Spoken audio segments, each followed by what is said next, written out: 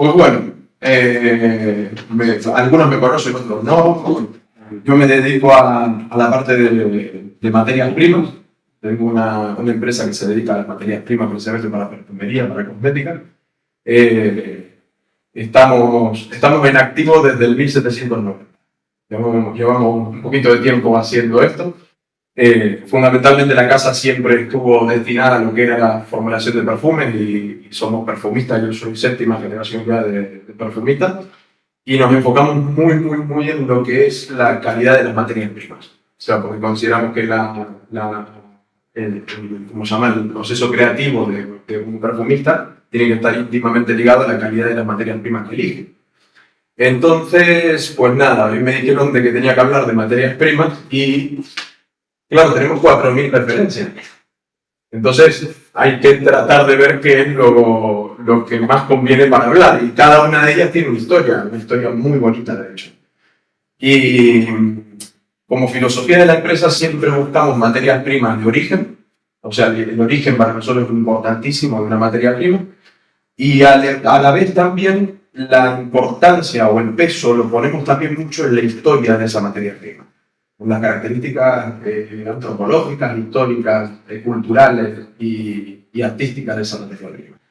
Que para mí, o desde mi punto de vista, creo que son las herramientas que el proveedor puede dar al artista cuando va a crear, porque esas herramientas le van a servir para el proceso creativo en general. O sea, incluso puede influir dentro de lo que es el proceso creativo. Hoy elegí una, porque tenía que elegir una de entre esas 4.000, que es muy difícil. Y la elegí por dos motivos. La elegí por los dos ponentes que tengo al costado, ¿vale? Con él tuve la suerte de hablar ya en otras ocasiones y me ha hablado también le gusta muchísimo el arte japonés y sobre todo lo que es la arquitectura japonesa. Entonces dije, tengo que buscar algo que esté relacionado precisamente también con la personalidad de él, con lo que a él le gusta, ¿no? Y por otro lado, tengo al lado a Alex, que es, en este caso, el que va a hablar de lo que es el proceso creativo en un perfume. Y tenía que dejar, como soy el primero que habla, que es lo peor que te puede suceder, porque tienes que abrir la punta de lanza para dejar el suelo llano para los que vienen atrás, tenía que dejar el suelo llano a él para que él también explicara, en base a la colección que suele hacer el perfumista, cuáles son las cosas importantes que toma en cuenta al momento del proceso creativo. Y como estuvo tonteando durante este periodo con la IVA, que es la que elegí, la IVA es una madera japonesa. Se llama IVA japonesa. Los japoneses a la IVA en realidad le llaman Asunaro, ¿vale? Es una madera muy noble. Y es ni más ni menos que de la familia de los cipreses, ¿vale? Algunos le llaman ciprés japonés, que no es lo mismo, pero le llaman ciprés japonés. Pero me interesó por la historia en sí que tiene en la construcción y la historia que tiene en el arte japonés, y sobre todo en algo más característico, muy interesante, que es la parte de la religión, el budismo. ¿Vale? Sabéis que los japoneses tuvieron el budismo durante muchísimo tiempo como religión y hasta el día de hoy llega. Luego se fue mutando y fue cambiando, pero la fundamental, la base de ellos era el budismo en sí. Entonces, pensé en esta materia prima porque va a permitir entender un poco la importancia de la materia prima en sí en los procesos creativos. Hablábamos ayer, cuando nos preguntamos, hablábamos de la importancia que tienen las herramientas durante el proceso creativo y tomamos a una materia prima como herramienta en sí. Entonces me interesó por eso, porque cumplo las dos expectativas de ellos y a la vez también veréis la importancia que tiene cómo ofrecer la materia prima al perfumista. No todas las casas que ofrecen materia prima priman la historia y la estructura de un componente sobre la idea del perfumista. O sea, por lo general viene el perfumista y dice, necesito este producto. Y ahí se acabó toda la historia. Y en realidad eso no le da ninguna herramienta al perfumista, ni te aporta nada a ti que eres el que vende la materia prima. O sea, tiene que aportarte, tanto a uno como a otro, siempre dar y recibir. Entonces, por eso elegí este, porque aquí lo que vamos a tener es lo que es la materia prima en sí, que es la madera. Después podéis olerla y interactuar con todas las cosas estas de aquí que están. Aquí tenéis lo que es la madera en sí, o sea, los trozos, las virutas de madera de IVA, ¿vale?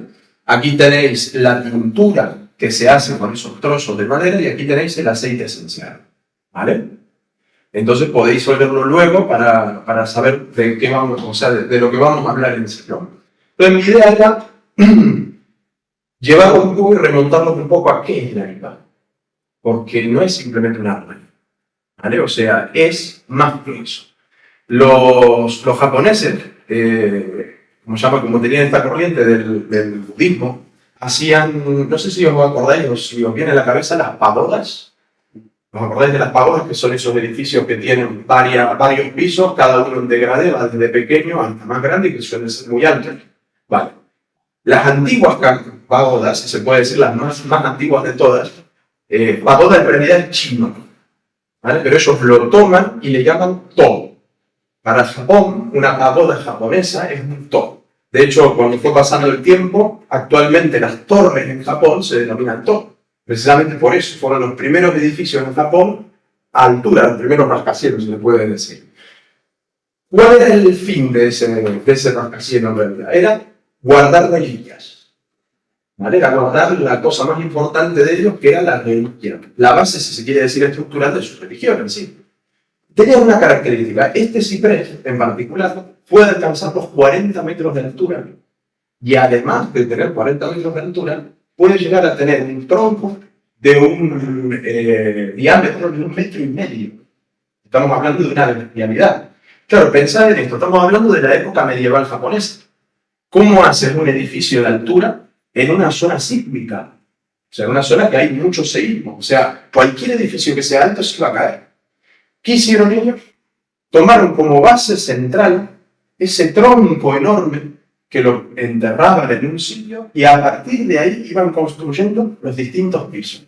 Y cada uno de esos pisos no estaba interconectado entre sí simplemente, o sea, apoyados unos sobre otros, sino que además cada piso estaba inserto como si fueran con pistones en ese tronco.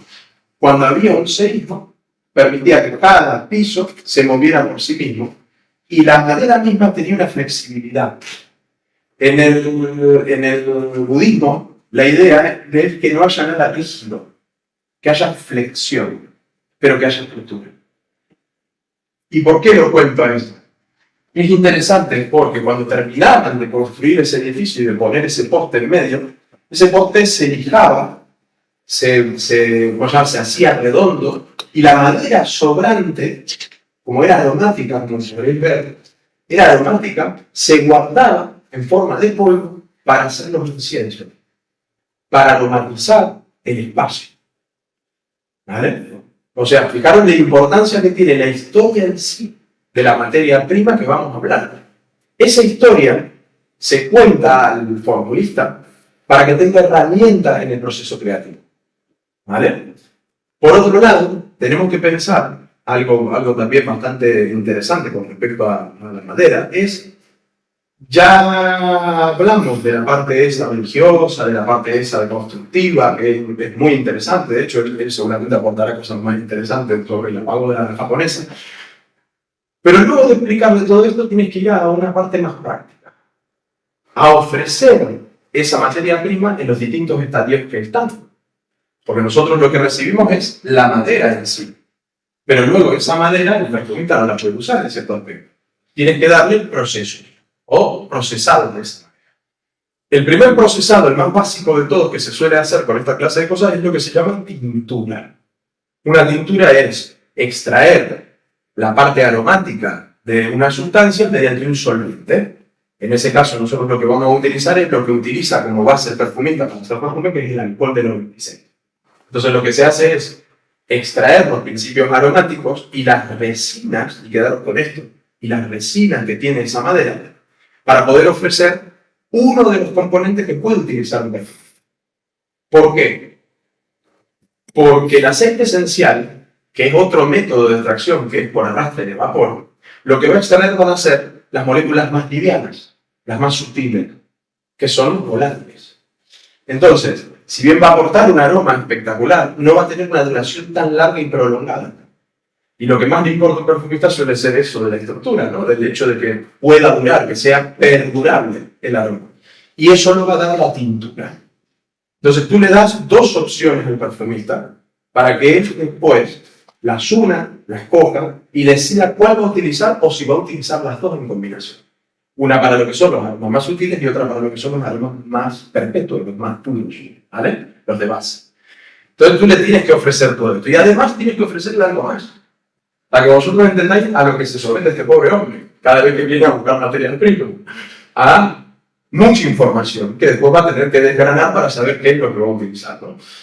Una cosa más importante aún es, luego del aceite esencial, explicarle cómo está compuesto ese aceite esencial. Porque uno no piensa nunca en eso. O sea, lo primero que piensa es, bueno, me huele rico, está muy bien, pero luego no es así. Luego viene otro periodo dentro de lo que es ¿cómo se llama? La elección de la materia prima, que es cómo está compuesto de forma individual. O sea, qué componentes son los que más cantidad de porcentaje representa dentro de ese aceite esencial. ¿Por qué importa eso? El que él tenga ese dato le va a ayudar muchísimo a saber cómo combinarlo con otros aceites esenciales. Por ejemplo, ya que estamos en el mundo japonés, vamos a hablar del yuzu. El yuzu lo conocéis, ¿verdad? El yuzu es un cítrico muy rico de Japón, que últimamente se ha hecho muy famoso. O sea, en realidad, por una cuestión de costumbre y demás, hoy se ha hecho bastante famoso el yuzu. El yuzu tiene una particularidad. Estamos hablando de un cítrico y estamos hablando de una madera. Por eso le diréis, ¿cómo hace el perfumista para saber, al momento de mezclar, si va a combinar o no? Va a tener la importancia, o sea, la importancia más radical en estos componentes que están aquí, los que tengo aquí arriba. Estos son los mayores componentes que tiene el aceite esencial de IVA japonesa, ¿vale? ¿Y por qué os traje, además de la IVA japonesa, el yuzu? Porque comparten 3 componentes con el yuzu. 3 componentes. Alfa-pineno, beta-pineno y sabineno. Son 3 componentes que mayoritariamente conforman la IVA japonesa y que mayoritariamente también conforman el yuzu. Pero cuando vosotros moláis uno y otro, veréis que son 2 aromas completamente distintos. Porque lo que va a variar es el porcentaje que compone de alfa-pineno que hay en el cítrico y de alfa-pineno que hay en la madera. ¿Vale?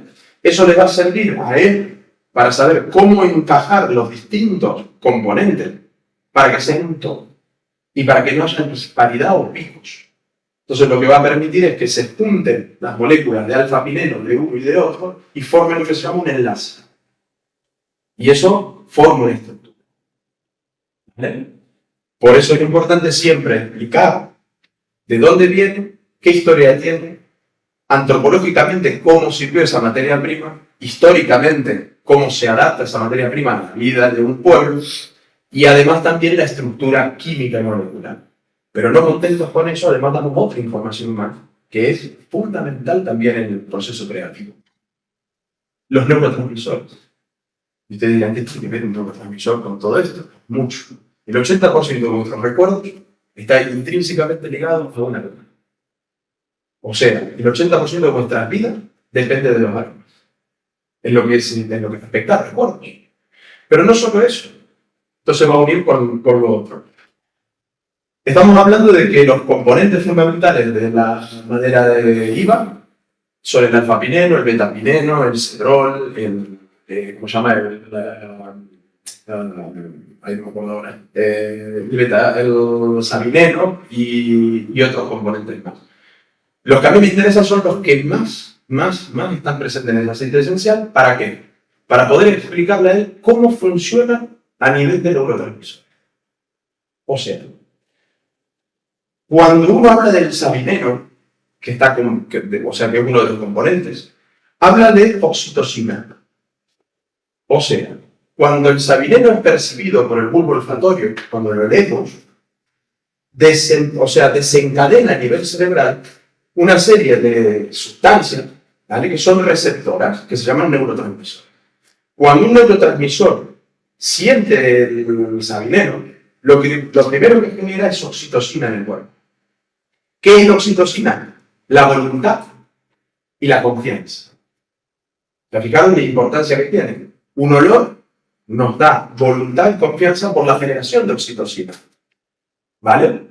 Por otro lado tenemos el alfa-pineno, que lo que genera es acetilcolina. Cuando leemos el alfa-pineno, lo que se nos dispara a nivel cerebral es la acetilcolina. ¿Qué es la acetilcolina? El desarrollo del intelecto y del aprendizaje. Eso es lo que estimula la acetilcolina. Y cuando hablamos de beta-pineno, en realidad hablamos de endorfinas, que lo que nos va a dar es bienestar, vitalidad y sobre todo entusiasmo. ¿Vale? Y voy más allá. Si tú sumas, claro, porque esto está todo junto, o sea, el cerebro en realidad, los neurotransmisores no actúan por separado, actúan en conjunto. Cuando tú mezclas oxitocina, acetilcolina y endorfinas, aparece algo muy particular que se denomina la tríada de Dios. ¿Qué es la tríada de Dios? Es lo que te hace pensar que hay algo superior, que hay una energía superior y te hace comunicarte con esa energía superior. De esto estamos hablando a nivel científico, ¿eh? Esto no es aromaterapia de salón. ¿Y por qué es importante eso? Porque se une a otra cosa. Si tenemos conciencia de algo divino, de algo superior, hace que estemos más dispuestos a la meditación y a la remisión. Y después de todo, la IVA era fundamentalmente utilizada para templos. Y se quemaba para un proceso de estado zen, para un proceso de tranquilidad y de conexión, no con lo de abajo, sino con lo de arriba. O sea, para los japoneses, la IVA era lo mismo que para otras religiones, por ejemplo, el incienso. Que casualmente el incienso, que lo conocí como incienso, pero en realidad se llama olíbano, el olíbano, sus principales componentes son sabinene, alfa-pinene y beta-pinene. Y fijaros que se utilizó siempre para la conexión con lo divino. Toda esa carga de información es la que recibe este pobre hombre cuando viene a comprar una materia prima para aplicarlo a sus productos, para aplicarlo a su proceso creativo. Y es importante entender la elección de la materia prima o la importancia que puede llegar a tener la materia prima dentro del proceso creativo de un perfumista para crear, para hacer ese producto que después vosotros vais a utilizar. Y me resulta interesante que entendáis desde cero, todo el proceso que conlleva la fabricación de un perfume y lo que implica ese proceso creativo. Y la importancia que tiene entender la materia prima con la que nos manejamos para crear. Yo no tengo mucho más que decir al respecto, o sea, hay mucho, pero tampoco, no sé cómo vamos de tiempo ni de nada de lo demás. Muy bien, pero vamos viendo. Sí. Y la idea, bueno, fue un poco eso, y como estaban los dos ponentes, la idea era unir las dos cosas y que vosotros también entendáis la importancia que tienen las materias primas dentro de lo que son los perfumes en sí. Particularmente, luego sí me gustaría que las olierais, porque son muy interesantes y vais a entender un poco cómo están compuestas. O sea, empezar desde la madera, seguir por la tintura que está aquí, o sea, este palito que está puesto aquí precisamente para que vosotros podáis sacarlo y olerlo, y luego aquí adentro está el aceite esencial. Hay parte de aceite esencial para que vosotros lo podáis oler, ¿vale? Y me interesaría que una vez hecho eso, luego leáis estos componentes que os van a llevar precisamente por separado a unirlos y a determinar el mismo olor que encontrasteis aquí. ¿Esto por qué se da también? No solo se da por la cuestión teórica de que ellos sepan cómo está compuesta y demás. Muchas veces el perfumista también lo que va a hacer es decir, bueno, vale, me gusta el olor, pero me gustaría que tenga más cantidad de aroma al cedro. Entonces, puede llegar a utilizar la madera de higo, el aceite esencial, pero reforzar el cedreno o el cedrol que tiene. Y lo puede utilizar precisamente porque sabe específicamente que ese aceite esencial está compuesto por cada una de esas cosas. Entonces, dependiendo si quiere ir más a lo cítrico, más a lo amaderado o quiere ir más a lo ambarado, va a utilizar también para reforzarlo algunos de esos componentes de acuerdo al interés que tenga. Entonces, eso es más o menos la idea que tenía hoy con respecto a materias primas. No sé si vosotros lo habéis pensado alguna vez desde ese lado, desde el punto de vista de, vale, compro una materia prima, pero compro una materia prima porque tiene un peso histórico, tiene un peso de extracción, o sea, no sé si lo habéis pensado alguna vez desde ahí. Me gustaría saberlo, obviamente, y estamos para eso. Ya, si queréis compartir, a mí me gustaría mucho saber si alguna vez, al momento de haber comprado una silla esencial, lo pensasteis alguna vez en eso. O cuando fuisteis a comprar un sitio o algo que nos hayan contado eso. Nunca, ¿no? Bueno, yo no soy profesional, no soy consumidora mucho de investigadora, digamos, pero sí que me doy cuenta que lo compro, que me transmite un montón de información que me lleva a sitios que me gusta estar, ¿no? Entonces, me encanta el mundo de los olores y la combinación y, bueno, ahora diciendo tú pues, todos los componentes, yo nunca había estudiado química de perfumería, he estudiado química de otras cosas, pero en perfumería no, y claro que tiene toda una correlación, ¿no? Pero emocionalmente, bueno, con sensibilidad esto yo sí que lo he notado, o sea, eso con de notarlo, ¿no? En casa. Y es más, también muchas veces, por ejemplo, cuando estoy en la tienda, me saturo, ¿no? De mucha información olfativa, pero luego cuando estoy en mi casa y que ya tengo, porque hay mucha información olfativa por todos lados, pero en mi casa ya como, ya estoy saturada de olor, esto ya sé cuál es, ¿no? La que viene de afuera. Los reconoces. Sí, lo reconozco. Entonces ahí con la calma sí que puedo notar estos estados que dices tú de los a donde te llevan, ¿no? Exacto. El diferenciar cada estado anímico sí. o cada recuerdo de memoria en sí. Sí. A los demás también nos ha pasado alguna vez eso, de oler y de que te permita, ¿cómo se llama?, entender la esencia en sí, o sea, la materia prima en sí. O por ahí no le prestamos atención a eso, también hay una realidad, o sea, cuando nosotros, yo también entiendo que el consumidor de perfume tiene también una cuestión, te llega ya hecho, armado, estructurado. Entonces, muchas veces es difícil precisamente eso, ¿no? De poder separar cada olor. Y también hay una realidad, que todo lo tengo que decir. Existen dos tipos de perfumería. Existe una perfumería que se hace de esta manera, pensada, estructurada, y que tiene un alma, por así decirlo, y que se utiliza mucho en lo natural, ¿vale? También existe otra perfumería que es muy sintética y que no te va a llevar un recuerdo específico o no le van a poner tanto cuidado por ahí a la molécula en sí. La molécula la van a tomar como algo fundamental y cuando tú la hueles no te va a transmitir nada. Lo que te va a transmitir es qué ricolor. Pero si algo te transmite solo el qué ricolor y no te lleva a ningún recuerdo, desde mi punto de vista, obviamente, que no es el único que existe, desde mi punto de vista, para mí eso es una perfumería vacía. O sea, tiene que tener un sustrato, tiene que tener una identidad y sobre todo tiene que hacer que vosotros, que sois los consumidores de esos perfumes, os aporte algo, os aporte un recuerdo, os aporte un estado de tranquilidad, os aporte identidad. Porque después de todo un perfume es la identidad vuelta. O sea, en ese momento en el que pongo el perfume, adquiero esa identidad y debo sentirme identificada. Y es interesante desde mi punto de vista eso, ¿no? La elección de la materia prima. Porque muchas veces también la gente cree que un perfumista, por ejemplo Alejandro, simplemente mezcla esencia. Y Alejandro no mezcla esencia. Alejandro se encuentra en un mostrador, por así decirlo, o en un sitio donde le cuentan todas estas cosas. Y él, en base a todo eso que se le contó, decide si lo incorpora o no a su proceso creativo. Y todas las materias primas que él va a elegir van a tener una historia similar a la de la IVA. Y él va a tener que coger de todas esas cosas para poder crear. Es parte del proceso para él, las herramientas que nosotros le podemos dar como proveedores. Y luego él explicará, obviamente, hoy las otras que yo conozco desde mi punto de vista como perfumista, pero que desconozco en cierto aspecto de su proceso creativo porque es interno, es propio. Y es muy interesante porque lo que va a hacer es abrir su proceso creativo a vosotros. Que eso también es muy interesante. Es un privilegio, ¿no?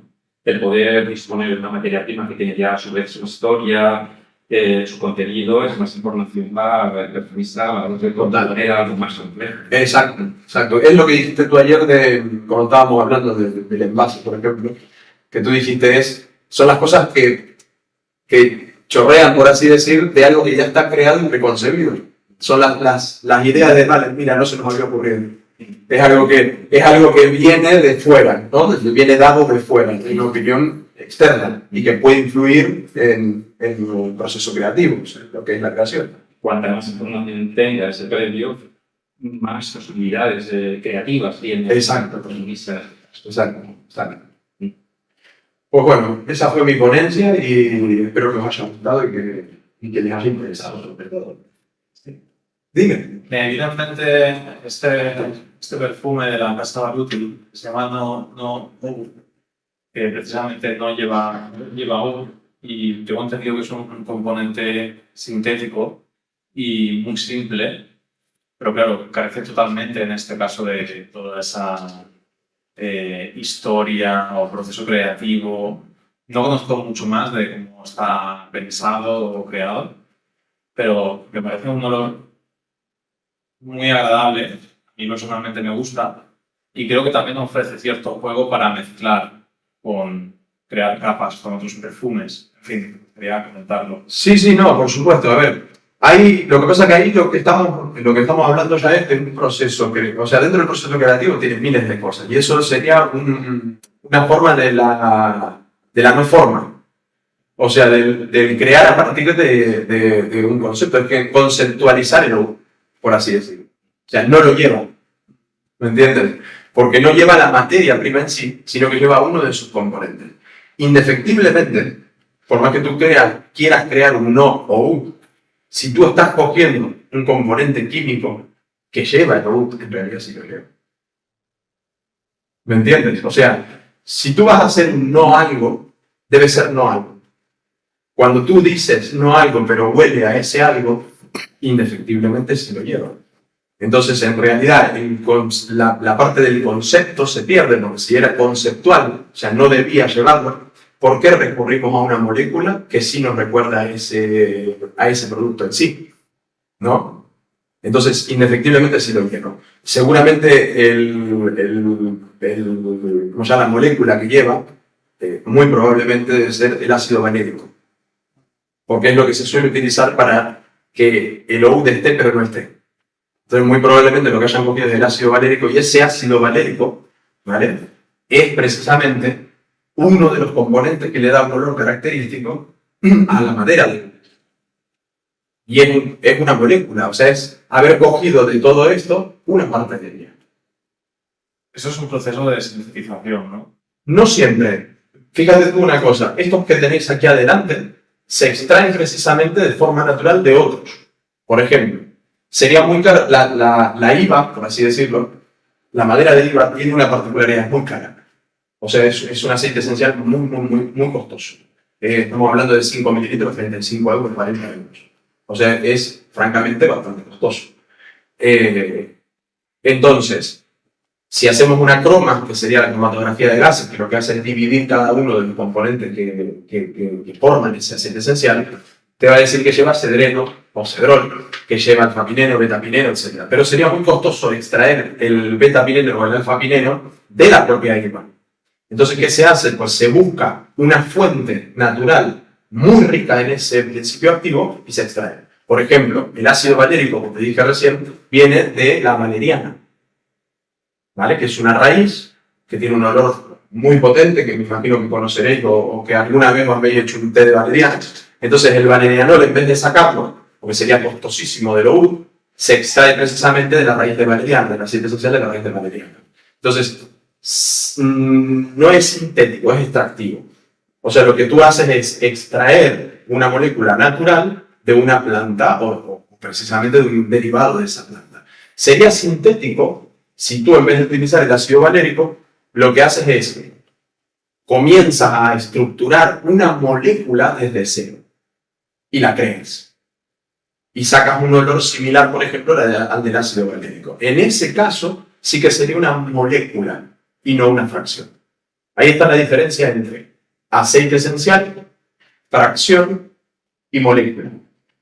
Y luego también vas a tener absolutos, extractos alcohólicos, extractos de CO2, o sea, vas a tener miles de formas, pero si hablamos de molécula, en realidad sería conseguir que los anillos aromáticos de carbono lleguen a tal punto de estructuración que huela similar al olor del oud, que esa es otra alternativa. O sea, si hacen eso, entonces sí es un no oud. ¿Por qué? Porque en ningún momento del proceso creativo de esa fragancia que tiene un olor similar. Desde mi punto de vista, yo represento a la perfumería italiana, pero no a la perfumería italiana made in Italia, a los procesos que llegaron a estructurar un sistema de perfumería que se denominará italiano. En el proceso de la perfumería italiana es inviable completamente querer emular a la naturaleza. O sea, es inviable, no se considera, porque se considera, fue un concepto que se creó en el Cinquecento, estamos hablando del 1500, y si bien el hombre era el centro de todo en esa época, consideraban un respeto fundamental a la naturaleza, y consideraban que ellos no eran capaces de crear nada que no fuera creado previamente por la naturaleza en sí. Entonces las líneas que maneja la perfumería italiana siempre van a ser las de no la conceptualización, sino la de adquirir a la naturaleza como un perfumista más. De hecho, tenemos que entender cuando leemos un aceite esencial que esa planta fue un perfumista, porque creó un olor en base a distintos tipos de sustancias que fue sintetizando. Y también tenemos que entender qué es un aceite esencial. Un aceite esencial es, en realidad sabéis lo que es el sistema inmunológico de una planta en un frasquito. La planta crea aceite esencial para curarse, para cuidarse y para no ser atacada. O sea, es la estructura fundamental y la vida de una planta.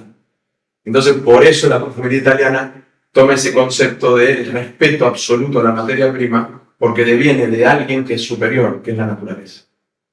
Entonces, es muy difícil por ahí para mí ver las cosas más conceptuales. O sea, ojo, considero que hay cosas conceptuales espectaculares. Pero desde el punto de vista desde donde lo vemos nosotros, es más difícil entender un no-ud. Porque si ya existe un no-ud, ¿quién soy yo como ser humano para creerme capaz de crear un no-ud?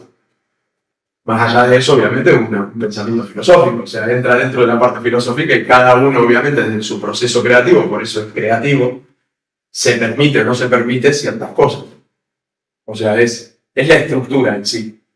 Algunos son más conceptuales, otros son más pragmáticos en ese aspecto. Entonces la perfumería italiana tira más para lo pragmático en ese sentido, porque es como que, vale, tengo eso.